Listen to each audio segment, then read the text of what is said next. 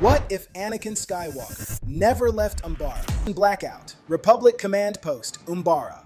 The communications tower didn't just fall, it detonated. A violent bloom of fire and shrapnel that turned steel into ash and hope into static. The hollow transmitter sputtered once, twice, then died. No Coruscant, no Jedi Council, no Senate, just Umbara's dark sky and the 501st staring at their general, waiting for the next word.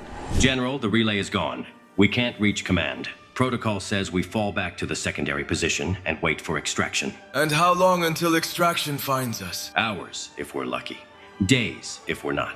With no comms, they won't even know the tower is down until they send a probe. And while we wait, the Umbarans reset the battlefield. They reinforce, they remine the valleys, and they turn every approach into a kill box. Sir, without council authorization? The council isn't here, Rex. Our brothers are. Right now, they're holding positions that can't hold forever. Rex had followed Anakin into impossible fights, but this wasn't just another battle call. This was a line, one step past procedure, and one step closer to something the Jedi Order feared in silence. If we keep pushing without oversight, they can call this insubordination, mutiny even. They can call it whatever they want. The clones don't get debates, Rex. They get orders. They follow them. And when those orders are wrong, they get buried in the mud. General, the perimeter's rattling. Droids are moving in the fog. Give me the word, sir.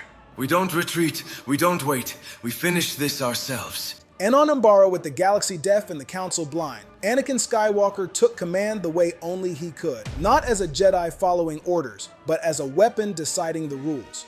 Krell arrives unverified. Republic Forward Operating Base, Umbara. Hours after the blackout, Anakin pushes deeper into the territory, and the 501st keeps winning ground the hard way, step by step through fog and fire. But Umbara doesn't punish you only with enemies. Sometimes it punishes you with allies. A gunship descends through the bioluminescent haze and sets down inside the perimeter like it owns the dirt, even though Anakin didn't request reinforcements, and with comms dead, no one should even know they're still fighting. The ramp lowers, and Pong Krell steps out massive, four-armed, eyes cold enough to make the clones straighten without meaning to a Jedi general with a reputation that isn't built on mercy. General Skywalker, I am Jedi Master Pong Krell.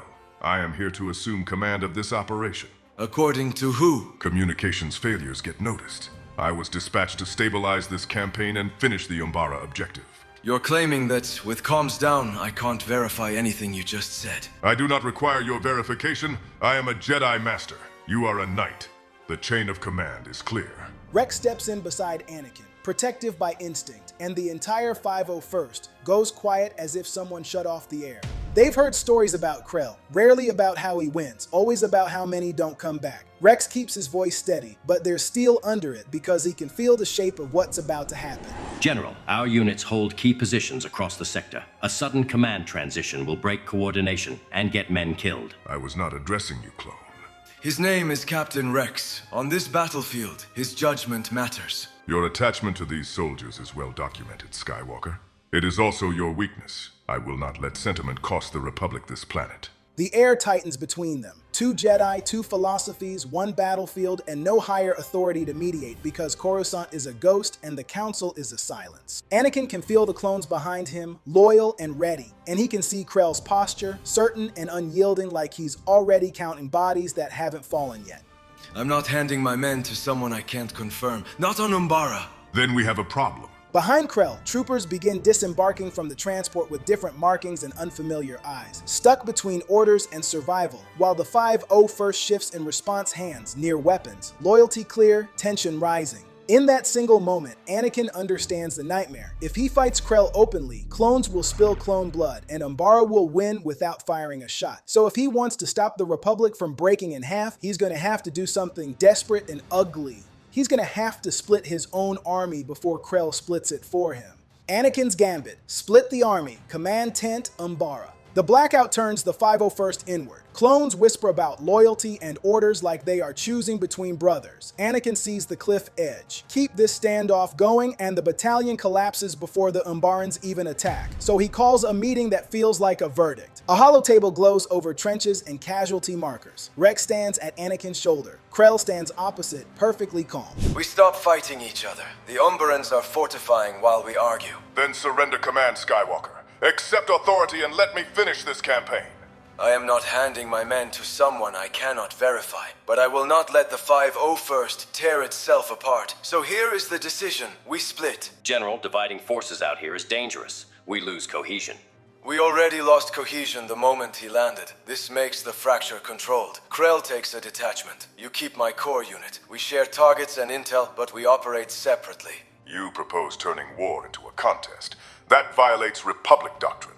Republic doctrine is not in this tent. We are. If your methods are superior, prove it. We will see whose tactics keep more brothers alive. Rex hears the real plan. Give Krell room to show his true cost before the unit shatters. Very well. Assign me troops, and I will demonstrate what discipline achieves without sentiment. Choose your detachment. Krell selects obedience before skill. Dogma volunteers instantly, grateful for certainty. Hardcase is assigned and looks to Rex like he wants to protest, but cannot. Fives and Jesse stay with Anakin, along with the veterans who have bled beside him since the first campaigns. You will follow orders without delay. We take the Western Ridge by dawn.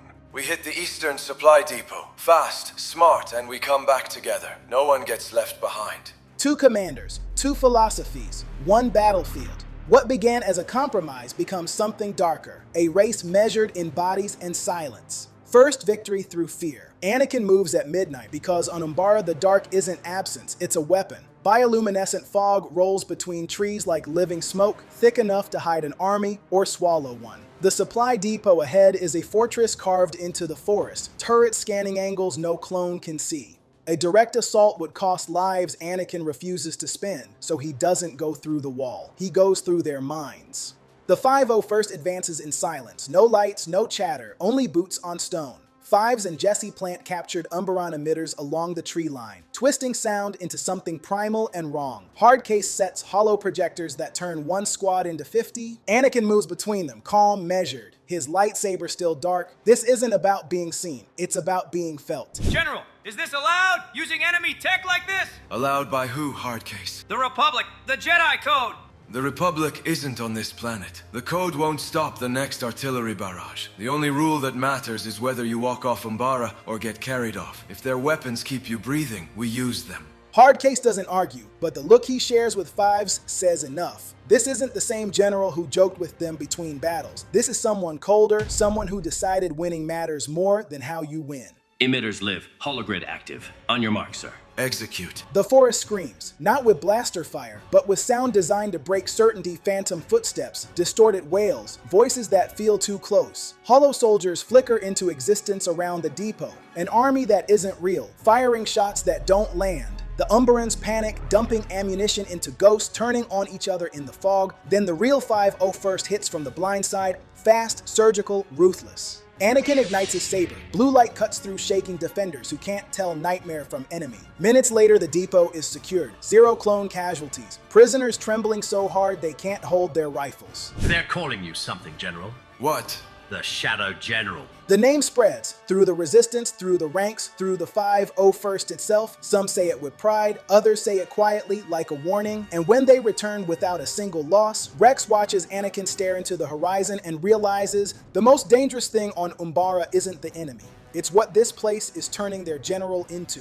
Krell's detachment gets wiped, Western Ridge, Umbara. While Anakin's strike team returns from the Eastern Depot without a single body bag, Pong Krell drives his detachment toward the Western Ridge, like discipline alone can scare Umbara into surrender. The fog is thick, the terrain is wired, and the enemy has had hours to prepare. On this planet, certainty doesn't look like confidence. It looks like a target. The first explosion tears the formation apart before they even crest the slope. Mines detonate under boots that never saw them, and hidden turrets rake the ridge with overlapping fire. General, we're pinned down. The ridge is a kill zone, and the men are dropping fast. Hold the line and keep moving. You do not break formation because the enemy is loud. Sir, we're losing squads in seconds. We need cover and a new approach, or we lose everyone. Then you will endure. Retreat invites slaughter, and weakness is how armies die. Captain, we can't advance through that crossfire. Give me permission to pull the wounded back. Do it, Hardcase. Get whoever you can before the ridge takes them too. The detachment breaks in fragments, scrambling downhill under fire, dragging brothers through mud that glows like bruised neon. By the time they reach a fallback point, Dogma counts helmets and realizes the number doesn't make sense. Too many gaps. Too many empty spaces. Near dawn, what remains limps into Anakin's perimeter. armor scorched, eyes hollow. Dogma's hands shake as he reports, and Rex has to steady him. Dogma, report. We went up in standard formation. The Umbarans had our range, our routes, everything. 23 dead, 14 wounded, we never even touched the ridge. Anakin steps out of the command tent and the camp goes quiet. He looks at the survivors, then at the empty air where brothers should be standing. Krell arrives behind them, unbothered, already speaking like this is simply the cost of war. We will attempt the ridge again with tighter discipline and corrected timing. No, you won't. From now on, no clone dies because of your pride. Every unit coordinates through me. You are overstepping, Skywalker. Then try to stop me. Krell stares at him measuring, and the contest shifts. This isn't philosophy anymore, it's a line drawn in blood. Comms return, and Coruscant sees everything, Jedi Temple. Just before dawn, Republic engineers patch the relay. The blackout ends with a flicker of light, and suddenly Umbara isn't a distant battlefield anymore. It's a live feed. Tactical logs flood in, helmet cam clips, broken transmissions stitched together into something uglier than a report. On Coruscant, the Jedi Council watches the war the way the clones have been living it, up close and without mercy. This is Skywalker's unit. Psychological warfare. Captured enemy tech deployed without authorization. Reports of prisoners handled outside Republic protocol. And the same logs show the result. His last engagements show dramatically reduced clone casualties. At the price of doctrine. If the Senate sees this, they will demand answers we cannot give. Troubling this is incomplete. The picture remains. The chamber tightens, not with anger, with fear. Then the Chancellor steps into the conversation as if he has always been there. Masters, Skywalker has been fighting without support, without guidance, without the resources. Yet he is winning. So I ask you plainly, do we punish results, or do we punish the methods that delivered them? The methods matter, Chancellor. A Jedi who ignores restraint today becomes a liability tomorrow. And a Jedi who loses Umbara because we valued procedure over victory becomes proof the Republic is failing this war. If we recall Skywalker now, the Umbara front could collapse. The enemy will regroup. The clones will pay for our hesitation. If we let him continue unchecked, we risk losing him entirely. The Council fractures along a familiar fault line. Victory versus control. And in the end, compromise wins the way it always does, by satisfying no one. Send Kenobi. We will assess Skywalker. He must, if victory near, finish it together. If darkness grows, bring him back. Understood. I'll go. And if he refuses to leave? Then no, we will what Umbara has made of him. Obi-Wan turns for the hangar, already feeling the weight of what he's walking into. Because if Umbara has changed Anakin, then extraction won't be a request. It'll be a confrontation. Before we hit that turning point, if you're enjoying this story, let me know what if you want to see next. Drop your ideas in the comments, hit like, share this with a friend, and subscribe for more epic Star Wars stories. Your support helps this channel grow and brings more wild what ifs to life. Obi-Wan arrives to pull him out. Republic base, Umbara. 2 days after the Council's debate, a lone transport breaks through Umbara's choking fog and lands in the heart of Anakin's camp. Judgment descending through the haze. The clones barely glance at it. They're too busy fortifying positions, calibrating emitters, moving like soldiers who don't wait for permission anymore. Rex meets Obi-Wan at the ramp, and the silence between them carries a year's worth of unspoken truth. General Kenobi, glad you're here. Are you Rex, or worried I'll take him away? Both, sir. Inside the command tent, Anakin stands at the holotable, eyes locked on the glowing trenches and kill zones, every inch of the map memorized. He doesn't look up when Obi-Wan enters. That silence says more than any argument ever could. Anakin, you're being recalled. What you're doing here, it scares them. Them, not you? I didn't say that. The Council sent me to bring you back before this goes any further. Further than what? Further than watching brothers die while the Council debates morality. They call it unorthodox when I save lives, and a tragedy when I fail doing it their way. It's not your results I question. It's what they're doing to you. The footage from Coruscant, psychological warfare, fear tactics, that isn't the Jedi I trained. Maybe the Jedi you trained doesn't survive Umbara. Obi-Wan steps closer, searching for the friend he once knew. But the man in front of him is colder now. Steady, efficient, stripped of hesitation. I'm not leaving until every brother who can leave, leaves. I won't abandon them the way the Council abandoned me. The Council didn't abandon you. They lost contact. And I kept fighting. That's what terrifies them. They lost control, and I didn't. Obi-Wan exhales, defeat and loyalty colliding in the same breath. Then I'm staying. Someone has to keep you from going too far. You think I haven't already? I think you're close enough that one more step makes it permanent. And in that quiet, the planet, Umbara wins again, not with blasters or droids, but by driving one more wedge between two brothers who once swore they'd never fight each other. The final push, winning without mercy, approach to the Umbaran capital. 48 hours after Obi-Wan arrives, Anakin calls the final briefing. He is not planning a siege. He is planning a collapse, using captured separatist targeting cores, stolen jammers, and Umbaran emitters turned back on the capital. General, those siege cannons can crack the outer districts, and the collateral will be catastrophic. The outer districts are already fortresses. If we hesitate, we pay in clone lives, and I am done paying that price. You are talking about striking population centers, Anakin. That is not how the Republic wins. The Republic wins by surviving. Umbara does not offer mercy, and neither will we. We can mark evacuation corridors and keep them monitored.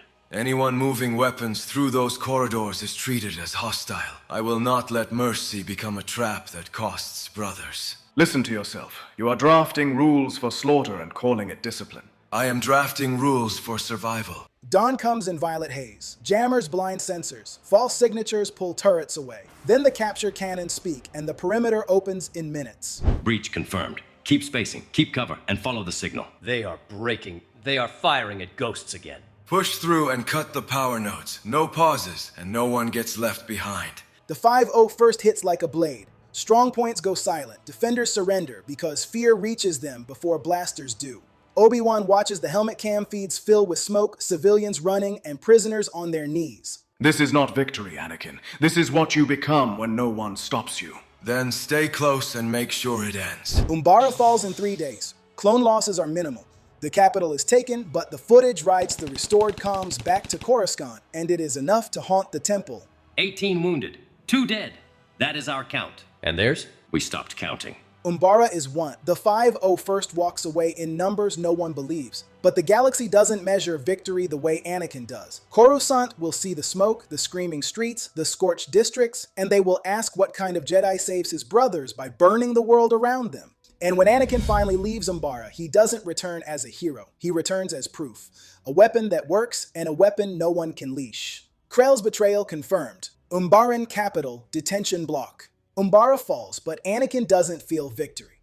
Krell's assaults failed too predictably, like the enemy was reading the script. 2 hours later, Rex pulls a separatist command node from the rubble and finds the truth. Encrypted traffic routed through Republic masks, stamped with Krell's command codes. General, you need to see this. Transmission logs from the Umbaran network. They're pulling our routes and unit positions, and the source keeps cycling back to Krell. How long has it been happening?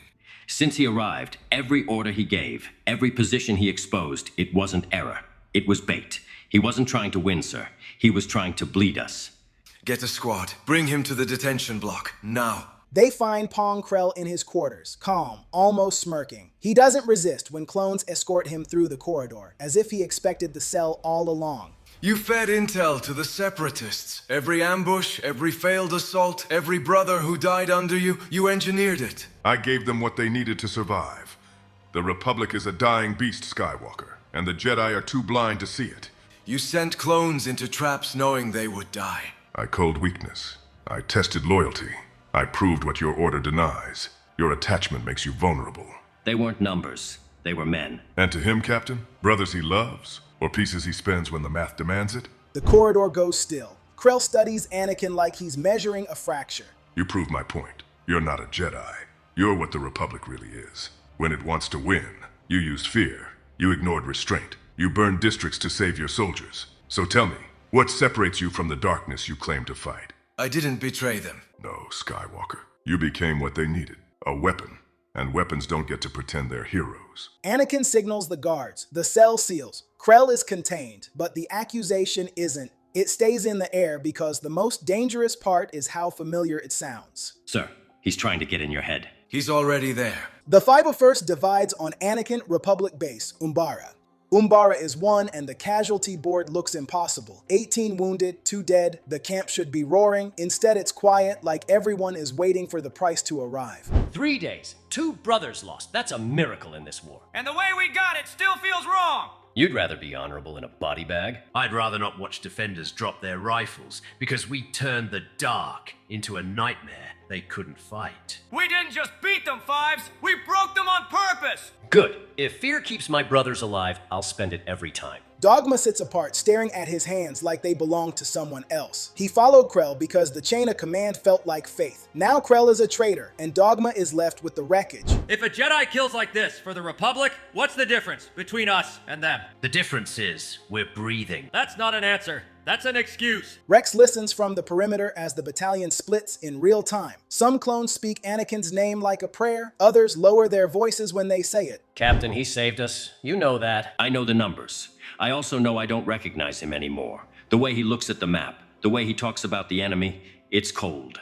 Maybe that's what Umbara demands! Maybe, but I don't recognize us either. We followed orders that would have terrified us a month ago, and we didn't hesitate. Because we trust him. Or because we've become the kind of soldiers who stop asking what winning costs, as long as we get to walk away. Outside his tent, Anakin stares at Umbara's glowing horizon, hearing the arguments through the canvas like distant thunder. He should feel doubt. Instead, he feels a single, brutal certainty. They're alive. And if that makes him something the Jedi can't defend, then maybe he's done needing their defense. The Council's judgment. Jedi Temple, Coruscant. 3 days after Umbara falls, Anakin stands inside a sealed council chamber that feels less like a temple and more like a trial. No Senate, no reporters, only Masters Obi-Wan and the evidence projected across the walls. Helmet cam footage of scorched streets, tactical logs marked with impossible casualty numbers, audio captured in the fog where fear did as much damage as blasters. General Skywalker, you were sent to support a Republic campaign. Instead, you defied recall, seized independent command, used psychological warfare barred under Republic law, and devastated civilian infrastructure to force victory. Explain yourself. I kept my men alive. That was the only mission that mattered on Umbara. Your mission included obedience. You ignored it. You turned a campaign into a personal war. The chain of command vanished when the comms went dark. I made choices no one else was there to make. And you exposed a traitor. Krell's betrayal would have killed thousands more if you had not uncovered it. Treason revealed does not absolve everything else. Winning does not justify every method. Tell that to the clones who walked off Umbara. Tell it to the families who did not receive body bags because I refused to fight clean. Obi-Wan stands at Anakin's side, trapped between loyalty and truth. Yoda's gaze finds him quiet and unavoidable. Speak, Kenobi. You will defend him if defend him you can. I cannot defend everything. He saved lives, yes, but he crossed lines we cannot pretend do not exist. He used fear as a weapon. He made decisions without oversight, and the footage shows what that cost. You would never make those choices. That is why they lived, and why you are here judging me for it. Anakin, please, this is not who you were. You made me a general, gave me an army, and demanded victory. Do not act surprised that I learned how to win. The chamber goes still. Yoda closes his eyes, and when he speaks, it lands like a verdict carved into stone. One, you have saved lives. You did.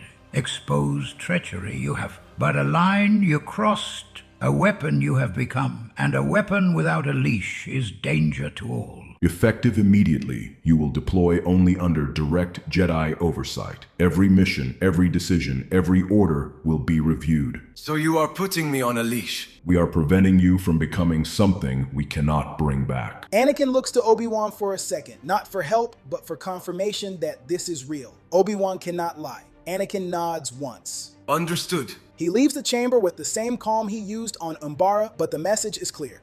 The Council fears what wins their war. And Anakin walks out knowing the next person who offers him freedom will not be a Jedi. Palpatine's perfect setup. Chancellor's private office, Coruscant. Anakin leaves the sealed council chamber with a victory no one celebrates. Umbara is won, lives are saved, and the Order answers with restrictions. Hours later, a private summons arrives from the Chancellor, written like concern and delivered like an open door. Palpatine's office is warm and quiet. Beyond the viewport, Coruscant glitters with endless lights, a republic that never stops demanding more. I heard the Council's decision, direct oversight, every mission. That must feel like punishment. They're afraid of what I became on Umbara. They fear what wins their war. The Jedi ask for victory, then flinch when it arrives with smoke on its hands. I saved my men. I ended Umbara. I exposed a traitor, and they treated me like a criminal.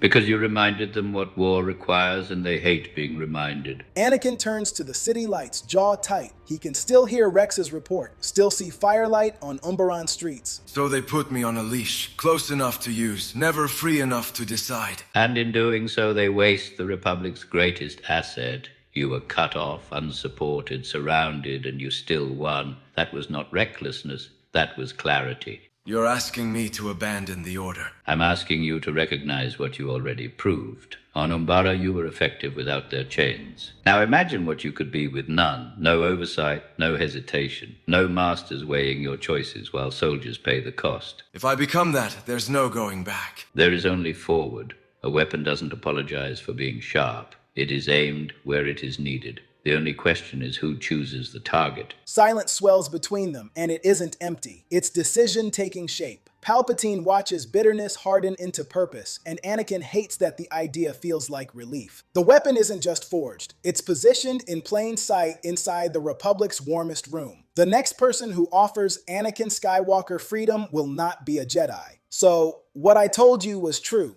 from a certain point of view.